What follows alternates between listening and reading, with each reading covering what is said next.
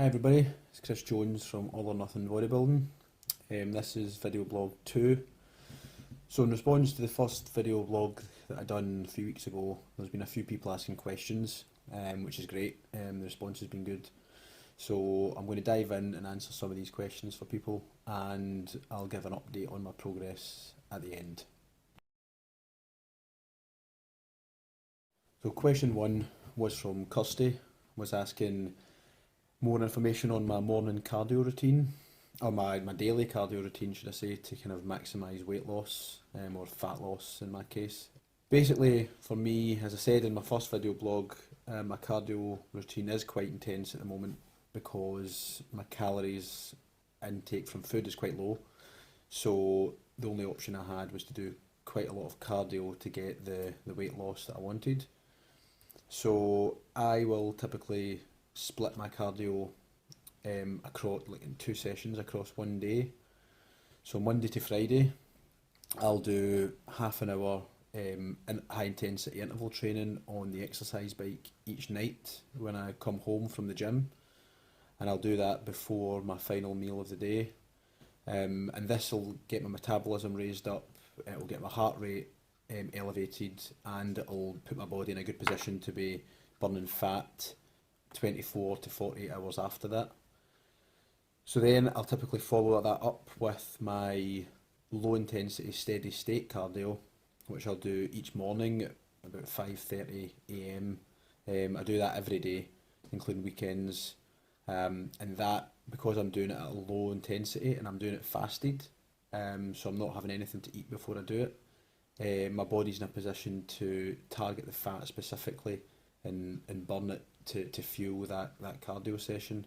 So that's my current cardio routine, so I hope that helps Kirsty. If you're going out doing her long walks, maybe think about doing them in the morning or first thing and not having anything to eat before she goes out, or maybe incorporating some more intense interval training that she can do at any point during the day, really, out with first thing in the morning before breakfast. And that would help get our metabolism levels raised up. Second question was from Vicky, who was asking how do I combat fatigue. There's a few things you'd need to think about if you're feeling drained or tired throughout the day. You should maybe look at a few things to help.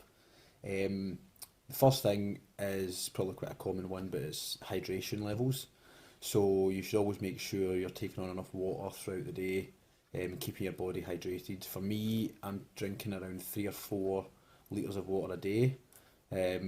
For yourself, if I'm not mistaken, you live in Singapore, I think, which I've been to a few times, so you should probably be drinking quite a bit more than that because of the humidity and the temperature. So I'd maybe say you could be drinking 4 to 5 litres of water a day. Also, sleep is really important. If you're not getting enough good quality sleep, then you're going to feel fatigued until you do get that good quality sleep. So for me, you want to get a good 8 hours quality sleep. I normally get about 7 hours, and that seems to work for me. I'm never that drained when I go into the gym throughout the day, so finding a good point for you, but definitely 8 hours good quality sleep will help. Thirdly, iron levels in your diet. Having sufficient iron is very good for combating fatigue, and typically you can get that from most meat protein sources, so good levels of chicken, beef, fish, and also getting it from iron supplements if you have to. So make sure your iron levels are at a good level. Finally, your carb intake for the day. So obviously having your carbs is going to fuel your workouts and your daily tasks, really. So what I tend to do is, for me, because I'm looking to lose fat at the moment, I won't have any carbohydrates in my first 2 meals of the day. And the point of this is it'll raise my insulin sensitivity, so that when my body does receive the carbs later on in the day, it's going to use them more efficiently to fuel the workouts that I'm going to have in the gym. So I'll normally have my carbs in meal 4, my pre-workout meal, and in meal 6, which is after my post-workout shake. So meal 6 is my last meal of the day. So I'll structure my carbohydrates round about my gym workouts, because I always want my gym workouts to be intense. I don't want to go into the gym and feel lethargic, so I always go in focused, full of energy. And there's also other things you can have if you're going to go into the gym. Maybe have a black coffee before you go in, or incorporate some fruits like banana or some berries into your pre-workout meal. So that's my tips for Vicky on how to combat fatigue at a daily level, and also going into the gym to try and combat fatigue in the gym as well.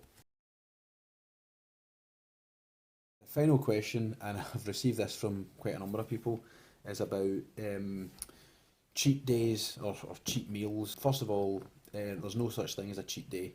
For me, a cheat day is just somebody using an excuse to binge on trash food, garbage. It's not good for you. A cheat meal, on the other hand, if taken properly, is good for mental focus. It's good to have like a treat at the end of the week, and it can also help give your body that boost that it's maybe been needing after a week of hard dieting, and your body may feel kind of drained, low on carbs.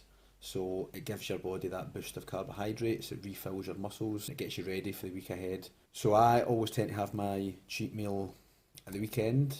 I would have had it last night, but I came down with a bit of a bug last night and I was sick pretty much during the night. So I'll have my cheat meal as my last meal tonight. I'll replace dinner with my cheat meal, and it'll be quite a good cheat meal because I lost 2 pounds overnight alone just from water loss and being sick. So my cheat meal, I always keep them clean cheat meals. It's not an excuse to go to McDonald's or Burger King or anything like that. My cheat meal for me tonight will be a tandoori chicken takeaway with boiled basmati rice, large amounts of salad, and a little side dish of some sauce. So that's my typical cheat meal. I don't advise binging crazily on your cheat meal and incorporating a full tub of Ben and Jerry's and a Burger King or a McDonald's, because that's not the healthy way to do it. It's just basically eating more of the amounts of the food you've been eating during the week. So if you've been eating a lot of rice, then you increase that. You maybe add in some more protein than you would normally. And that's the way I certainly approach cheat meals, and that's what works for me. Finally, a bit about my progress. So I've just completed week 8 of a potential 16-week cut phase, so we're about halfway. I dropped, from last Saturday, I dropped 1.4 pounds, which is good. That's on target. I did feel during the week that I was maybe approaching a plateau in my weight loss. So what I done, I preempted that by increasing my interval training cardio each night. So rather than doing bursts of 20 seconds with 1 minute 40 recovery, I increased that to 25 and 30 seconds to get that extra bit of intensity in there while doing that training.